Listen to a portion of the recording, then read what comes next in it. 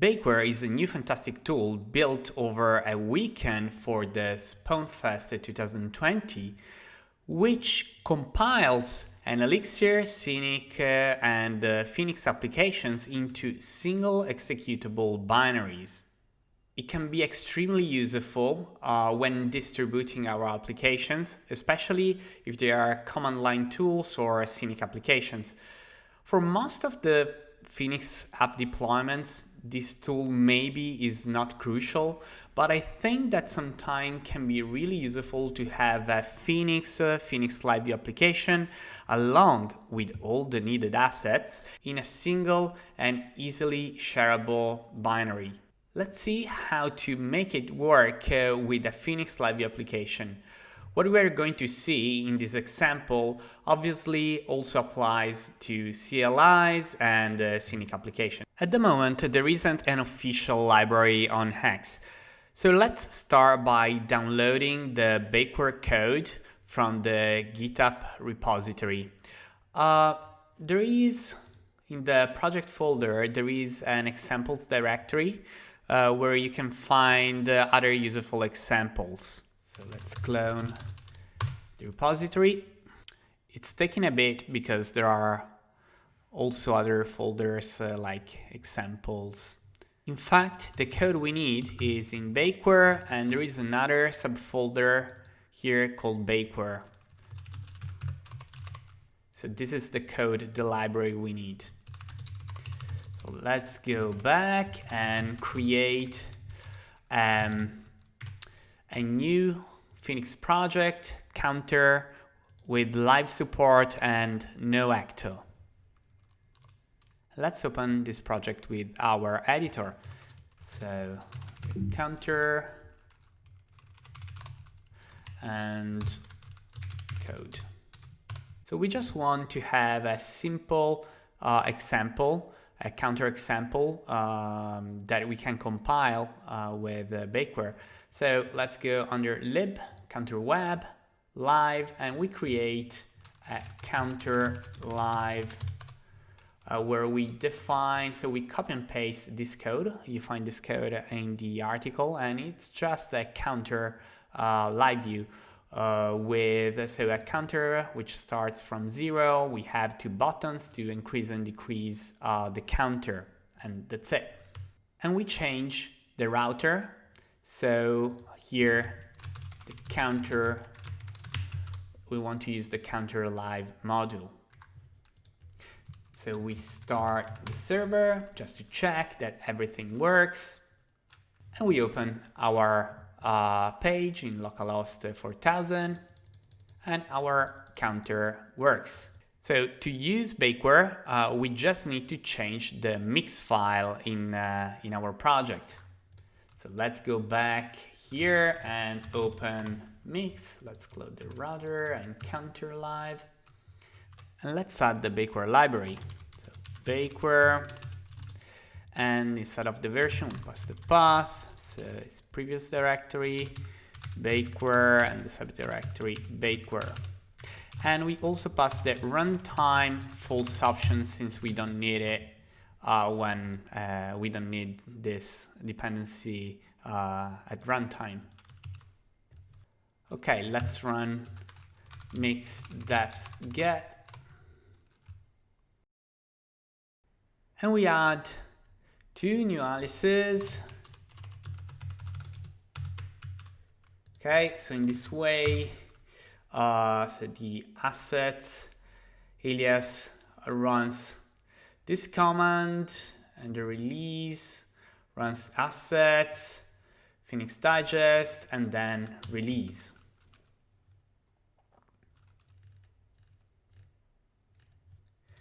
Then here we add a release. So releases list, our release, let's call it baked counter. And then, so, well, the most important part is here in steps, we add the Bakeware assemble step. So assemble, and we pass a function called Bakeware module assemble. Then another two options, override true, and strip beams. So it's true when the environment is production, and that's it.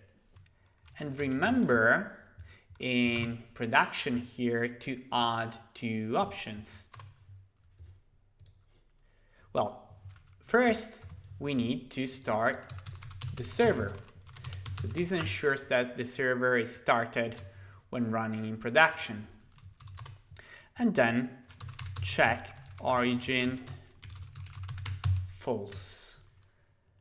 So first we need to run the step in, so the environment, mix environment is production. And as you can see, we need to also set a secret key base. So we run, so we generate a new secret, right? So we set the secret key base environment variable to this one. Okay. And then we run again the setup. And then release. So you see here this line, which is the important part. This is our executable. And if we open, so here, Bakeware folder, we see our executable, 7.4 megabyte. And so if we run it, we see that our server starts. And if we refresh, we have our counter. And we see that it's served with all the assets, in this case, the Phoenix Framework image. But how does Bakeware work?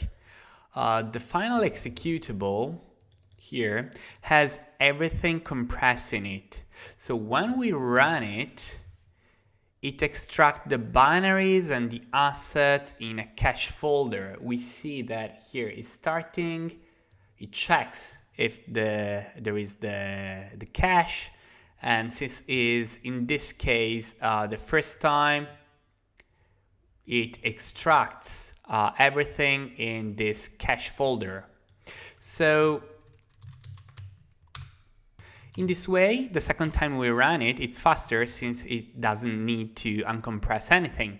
The cache directory location is specific to the system. In this case, I'm using macOS. So the cache directory is in my home directory, library, caches, Bakeware. And if we open it,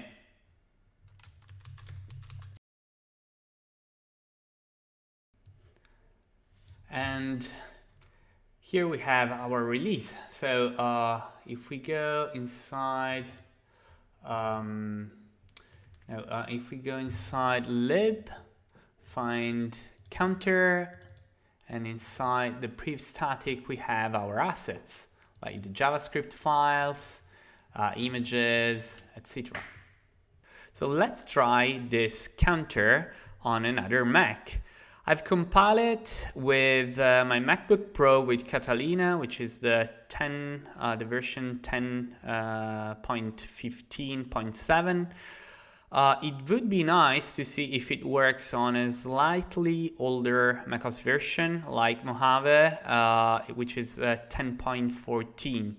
I don't have another Mac, so I use a service called Mac in Cloud, and I've bought like a pay-as-you-go credit, and I use this remote Mac Mini with macOS 10.14. It should be 10.14.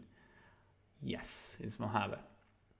So I copied the baked counter executable, and let's run it. Okay, and as you can see, it works. It should work. Let's take Chrome, localhost, and we have our counter. And why shouldn't work? Well, when we build the release, this is supposed to run on a target machine which is considered similar, which means like same operating system with similar environment, like C runtime and other libraries referenced by the Erlang runtime and NIF and ports in our application. So this project started just a month ago, and the team has planned to work on many other things, like, for example, Windows support seems to be not too far off. And what about cross-compilation? Well, at the moment it's not supported, but it seems to be something possible and something they're going to consider in the future. It would be really nice to be able to build executables for other platforms like Linux and Windows. So do you think Bakeware is going to be helpful for you? Maybe for a CLI written in Elixir, or a Scenic or a Phoenix app with LiveView? Let me know what you think in the comments below.